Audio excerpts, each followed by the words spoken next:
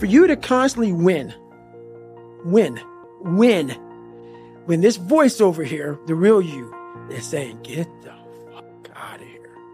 Go. You're nobody. You've always been nobody. And it's true. People don't hear that. That's a true voice. That's the real reality of David Goggins at 24 years old. It's not a false reality. And then you had to create another voice over here that is saying you're better than that other voice. And you're in the freezing cold water that both voices don't want to be in. But you win.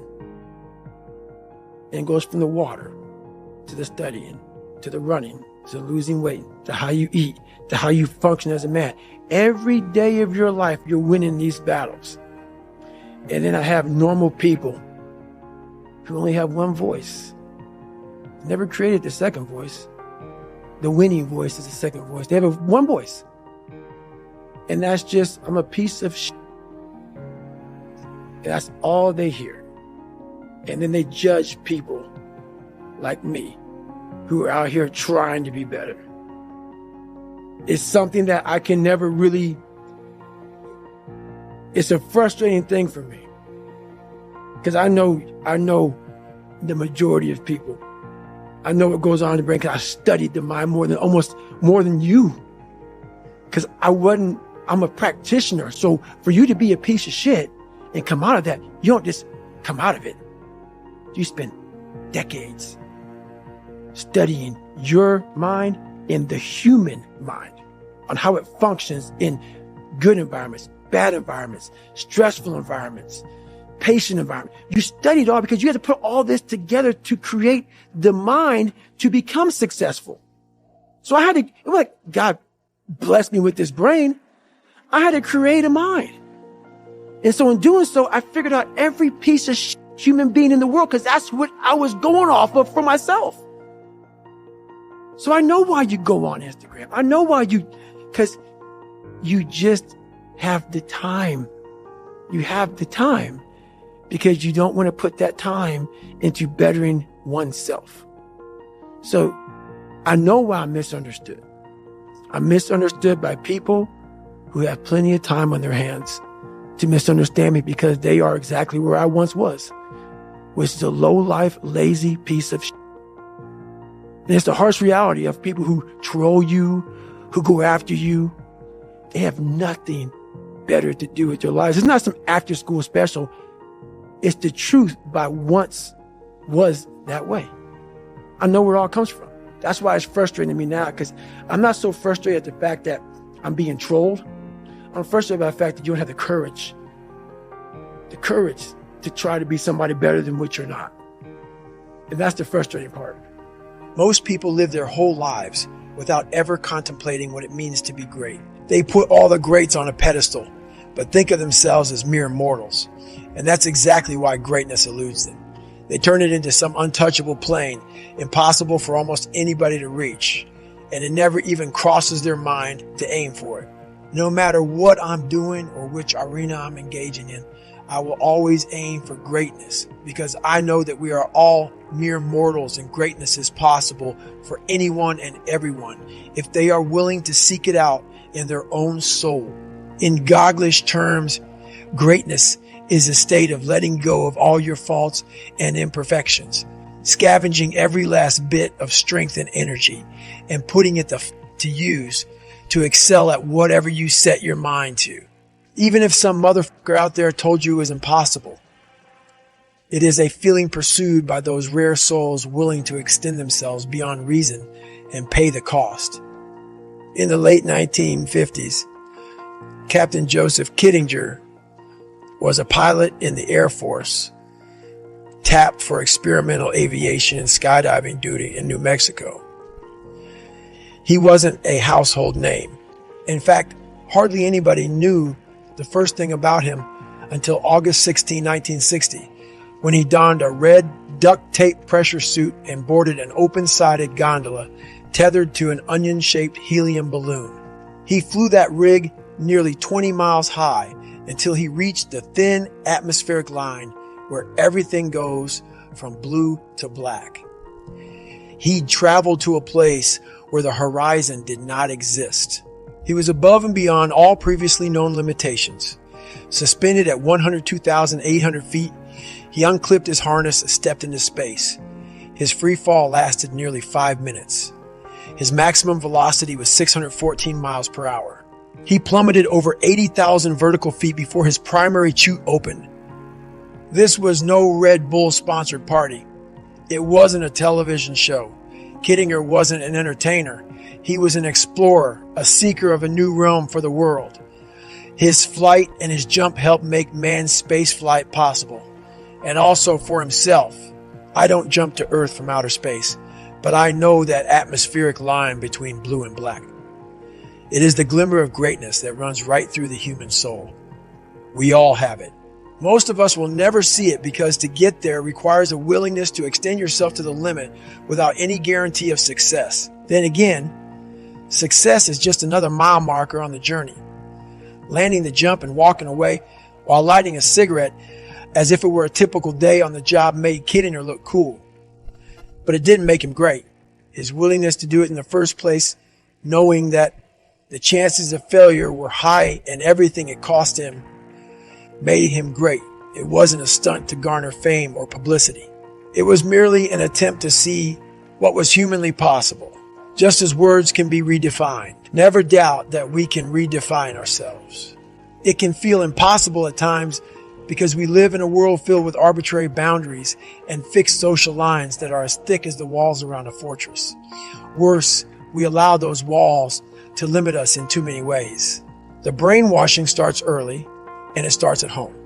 The people we grow up with and the environments we grow up in define who we think we are and what we think life is all about. When you're young, you can only know what you see. And if all you are ever exposed to are lazy people, content with mediocrity, or who convince you of your own worthlessness, greatness will remain a fantasy. If you live in the ghetto or in a dying industrial or farming town where buildings are boarded up, addiction runs rampant, and the schools are a mess, that will factor into the possibilities others envision for you and you envision for yourself. But even privileged people can feel shackled by their circumstances. The vast majority of parents don't know what greatness looks like, so they are ill-equipped and afraid to encourage big dreams. They want their children to have security and don't want them to experience failure. That's how limited horizons get passed down from generation to generation. Should we really be surprised that almost everybody has a knack for twisting their story to work against themselves? I hear it all the time. Privileged kids say, "I have too much, so I cannot develop the skills that you have." The kid that came from nothing will tell me, "I don't have enough. Therefore, I cannot develop the skills that you have." No matter where someone is in life, they never fail to confess why they can't get where they need to go. The minute they open their mouths, I see how limited their horizons are, and their sob stories come with the expectation that I will deliver a become great package to their front door. But that's not how it works. To this day, it is for me to become better mentally.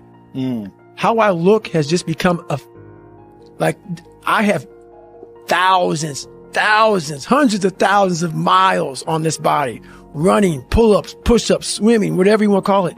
This body is what it is now. It's from repetition. It's not from studying, hey, if you hold a plank for this long, fuck all that bull. I don't care about it. I just do it for my mind. Right. I want to continue to harden because that's the only thing I want. That's what I want.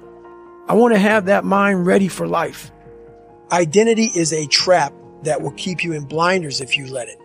Sometimes identity is what we are saddled with by society. Other times is a category we claim.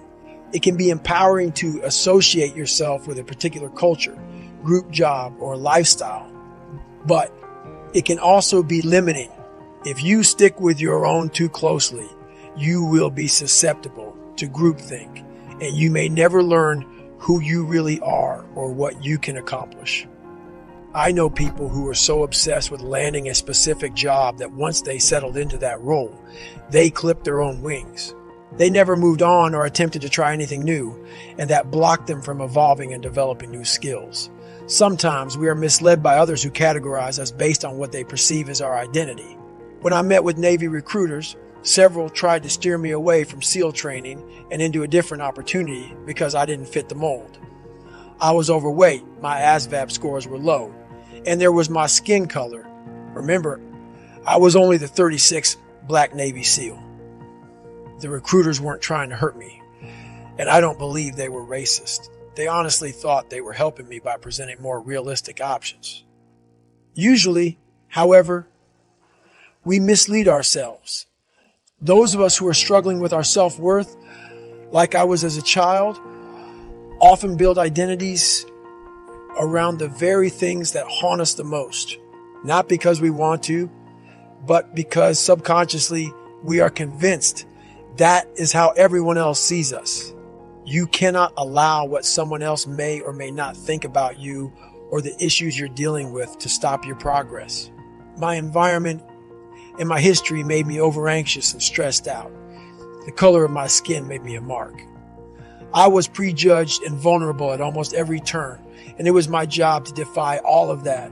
No matter how troubled or hopeless or sheltered your environment is, it is your job, your obligation, your duty, and your responsibility to yourself to find the blue to black line, that glimmer buried in your soul, and seek greatness. Nobody can show you that glimmer. You must do the work to discover it on your own. There are no prerequisites to becoming great. You could be raised by a pack of wolves. You could be homeless and illiterate at 30 years old and graduate from Harvard at 40. You could be one of the most accomplished mothers in the country and still be hungrier and work harder than everybody else you know as you attempt to conquer a new field. And it all starts with a commitment to looking beyond your known world, beyond your street, town, state, or nationality, beyond culture and identity. Only then can true self-exploration begin. After that comes the real work. Fighting those demons every morning and all day long is maddening because they only ever want to break you down. They don't encourage you or make you feel good about yourself or your long odds as you fight through all the toxic mold and crust that is self-hate, doubt, and loneliness. They want to limit you. They want you to surrender and retreat back to what you know. They want you to quit before you get to pliability, where the sacrifice, hard work, and isolation that felt so heavy for so long become your haven, where after struggling to visualize greatness for years, it is effortless. That's when momentum will gather like an updraft and send you airborne and spiraling toward the outer limits of your known world. It's time to level up and seek out that blue to black line, the line that separates good from great. It is within each one of us. You have to remind yourself, we all have a story. All of us have gone through very hard times. But when we're in a hard time, our mind has a way of forgetting what all we've overcome. I have a way of taking 1 second when I want to quit and saying, okay, you endured this. So I look at my life and how I came up as the ultimate training ground versus most people look at it as why? Woe is me. God, why? Right, exactly. Why? I had to flip this upside down and say, hang on a second. God was training me to be one of the baddest men on the planet Earth. That's how this was my journey, because those things beat me, but they didn't kill me. And I was able to work around them and figure out ways through it. So when I was in the worst time of my life in Hell Week, I looked at everybody and said, I'm the most trained person here. I've gone through more mental torture than any of you all can even fathom. So I'm looking at the baddest people on the planet. I'm looking at them like this. You guys can't hold a stick. So I started looking at verses like, I don't belong here, versus like, I might be the baddest person to ever come here. Who could have pulled this off? Who could have been given a sewer to live in their mind and say, okay, at birth, I'm going to put you in the worst place on the planet Earth, and let me see if you can go to the top of the mountain with nothing, but just hard work, grit, and figuring it out, and not putting yourself back in the dungeon every time something got hard. So that's what became my daily voice was, you really are the baddest person on the planet.